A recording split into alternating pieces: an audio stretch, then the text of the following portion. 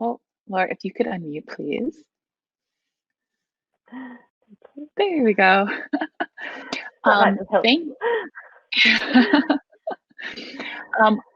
thank you so much for a, a very great talk that I can't wait to listen to again because I'm not sure my brain comprehended as much as I would like. I tried to take some notes. And the good news is we have some questions. So we're going to start here. Says your experiment is brilliant, and I wonder if this is something similar, if this or something similar is used in training schools at the end at all, and if not, it should be. Empathy should be an essential quality of every HCP.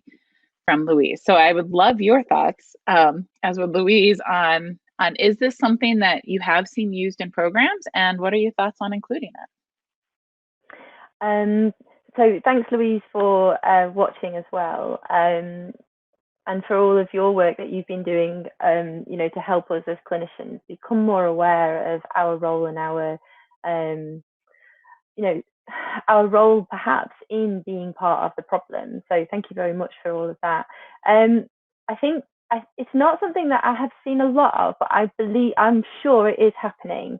It's something that I use with my students, and my students, no, students don't belong to me, they are themselves. And then they're the clinicians that are about to graduate. This experiment, this idea of feeling uncomfortable and knowing what that is like, I think personally, I think it's a really important part of sort of developing readiness for clinical practice, because that's the reaction to that, I think, is what is, I think it's something that is part of adding to the distress and the suffering of so many people that are trying to access support and help for their symptoms. So I think you're right. I completely agree. I think we need to learn a lesson from empathy trainers that maybe are not so well included within the healthcare professional training, and I would like to see a lot more of this. And I know that so far the new graduates, or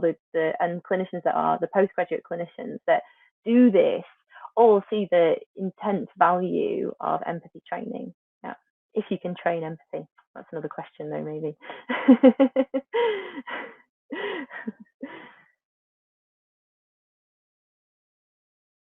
Oh, I think you're muted, Sarah. Millennials. When millennials try to use technology, right? We think we know, we don't know.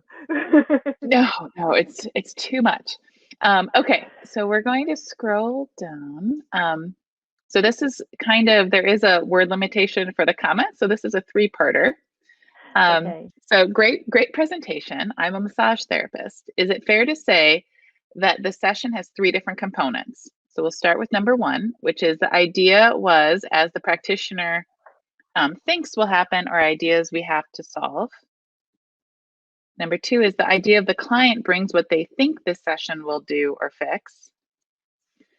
And then number 3, being what the session space brings when interaction occurs, allowing each party to acknowledge the discomfort of pain. Both parties are jumping into an ice bucket.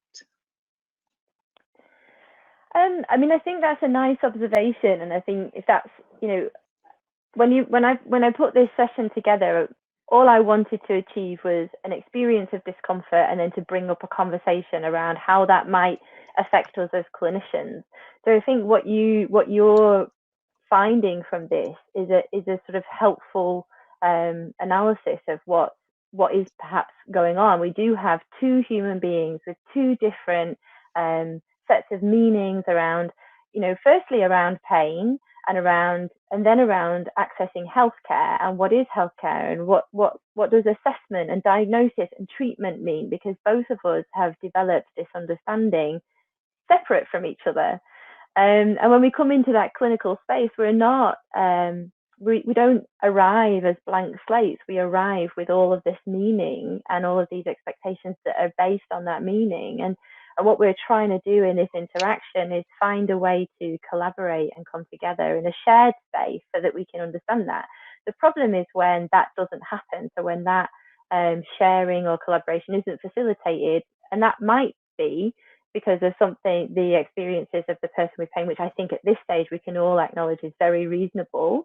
If you're going into healthcare for pain, you know, the experience might not have been a great one, and that's on us. We need to sort of say, well, that might be something to do with the way we're behaving. So how are we behaving? How might we be facilitating that discomfort in that person that attends our clinic?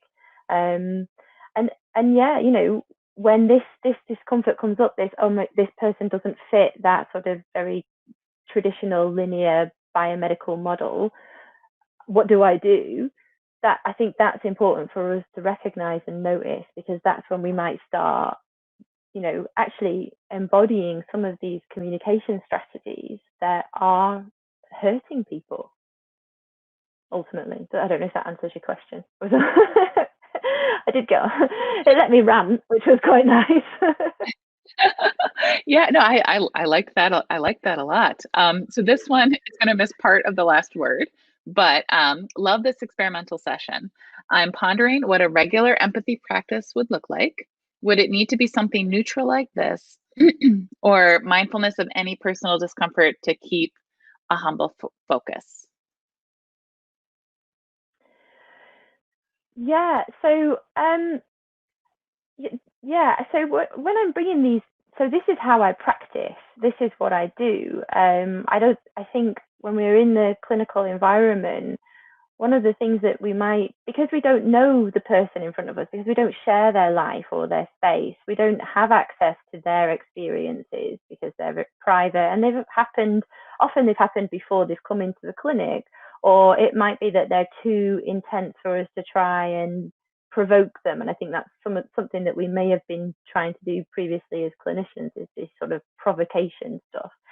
What might be a more facilitating approach is to try and create a new shared experience that you can pull, you know, clinically relevant information out of, and that we can observe and look at and think, well, does this make sense in the wider scheme? Is this something that we can problem solve, or we can approach? We can think of what reactions come up in here, because if these reactions are coming up to this discomfort, then it's likely that there's something that we're all experiencing anyway, and that the person in pain might be experiencing in their life. So maybe it's something we can bring the unseenness to a seen level and start working there. So that's how I often integrate these different types of things. But it's not possible for them to be neutral all the time. And there is no such thing as a neutral experience. Everything is biased and subjective and emotional. And you know, what I suppose what we're trying to figure out as clinicians when we're using these things is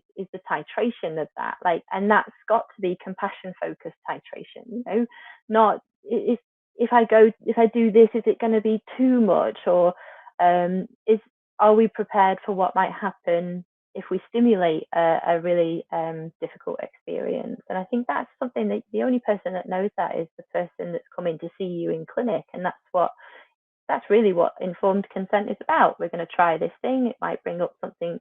It might bring up some pretty intense stuff. How are you feeling about that today? Do you feel like this is a good day for us to do that? And just constantly enter into that conversation with the other person. We don't know what happened that day. We don't know where they are. So the only thing we can do is try to see the unseen, and that's got to be done through language and communication, I think. All right, so that was our last question. So thank you for fielding those.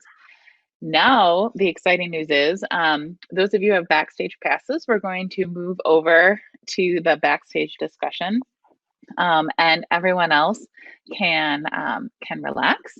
And then we have at 7:30 a.m. Pacific, the Zentangle class starting.